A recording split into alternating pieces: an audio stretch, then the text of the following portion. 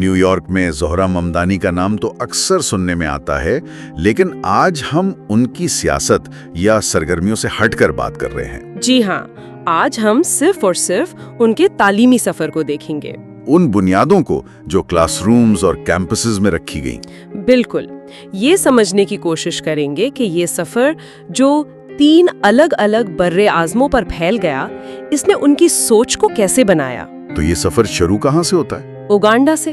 جی، اکتوبر 1991 کمپالا Uganda میں ان کی پیدائش ہوئی۔ لیکن وہ وہاں زیادہ عرصہ نہیں رہے نا؟ نہیں، صرف 5 سال کی عمر میں ان کا خاندان ساؤتھ افریقہ چلا گیا، کیپ ٹاؤن۔ اچھا، کیپ ٹاؤن۔ وہاں انہوں نے سینٹ جارجز گرامر اسکول میں تعلیم حاصل کی۔ ہاں، اور وہ ایک پرائیویٹ اسکول تھا۔ وہاں کریٹیوٹی اور انڈیپینڈنٹ تھنکنگ پر کافی زور دیا جاتا تھا۔ اور یہ وہ وقت تھا جب ساؤتھ افریقہ خود بھی ایک بڑی تبدیلی سے گزر رہا تھا۔ بالکل۔ تو ایک چھوٹے سے طالب علم کے طور پر وہ یقیناً اس بدلتے ہوئے ماحول کو آبزرو کر رہے تھے۔ پھر 7 سال کی عمر میں ایک اور بڑی تبدیلی۔ ہاں، اس بار نیو یارک سٹی۔ ان کا خاندان مینہٹن میں مارننگ سائیڈ ہائٹس میں سیٹل ہوا۔ اور یہاں سے ان کی امریکن تعلیم شروع ہوئی۔ پہلا اسکول کون سا تھا؟ وہ تھا bank street school for children, upper west side پر۔ بینک اسٹریٹ، یہ نام سنا ہے، کافی پروگریسو قسم کا ادارہ کرتے ہیں اسے۔ جی ہاں، وہاں ایکسپیرینشل لرننگ پر فوکس ہوتا ہے۔ ایکسپیرینشل لرننگ مطلب؟ یعنی صرف کتابی باتیں نہیں، بلکہ خود کر کے سیکھنا، بچوں کو سوال کرنا، چیزوں کا تجزیہ کرنا سکھایا جاتا ہے۔ انٹرسٹنگ، کیوریوسٹی کو بڑھاوا دینا، نہ کہ صرف یاد کرنا۔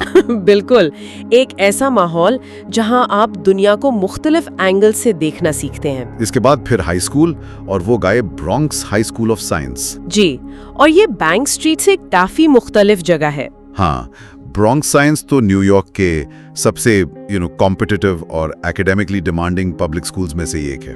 صحیح کہا، یہاں فیوچر کے سائنٹسٹس، انجینئرز، تھنکرز تیار ہوتے ہیں، تو ماحول کافی سخت اور مقابلے کا ہوتا ہے۔ تو پہلے کریٹیوٹی، پھر ایکسپیرینشل لرننگ، اور پھر ایک انتہائی کمپٹیٹیو سائنس اسکول۔ کافی ورائٹی ہے۔ ہاں بالکل، اس نے ان کے لیے چیلنج تو پیش کیا ہوگا۔ اتنے ڈائیورس ایکسپیرینسز کے بعد کالج میں ان کا رخ کیا رہا؟ کیا وہ سائنس کی طرف ہی گئے؟ نہیں، یہ دلچسپ بات ہے۔ 2010 میں وہ باؤڈن کالج گئے، جو مین میں ہے۔ باؤڈن کالج مین میں؟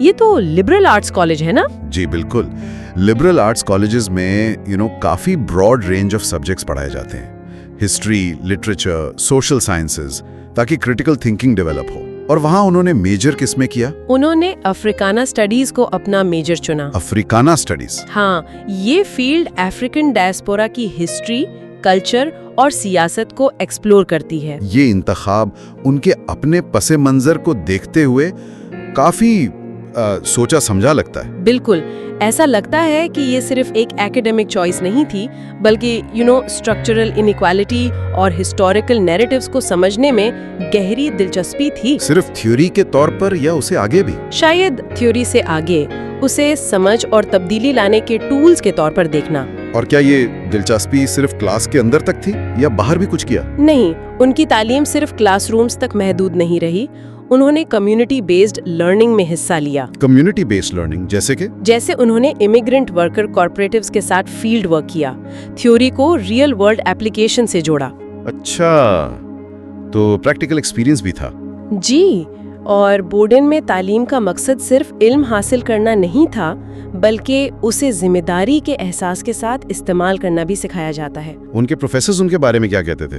وہ انہیں ایک ایسے اسٹوڈنٹ کے طور پر یاد کرتے ہیں جو کافی گہرائی میں جا کے پڑھتا تھا اور بولڈلی سوچتا تھا، ہمیشہ ایکیڈیمک آئیڈیاز کو لیوڈ ایکسپیرینسز سے جوڑنے کی کوشش کرتا تھا۔ تو یوگانڈا سے شروع ہو کر ساؤتھ افریقہ، پھر مینہٹن اور برونکس، اور آخر میں مین۔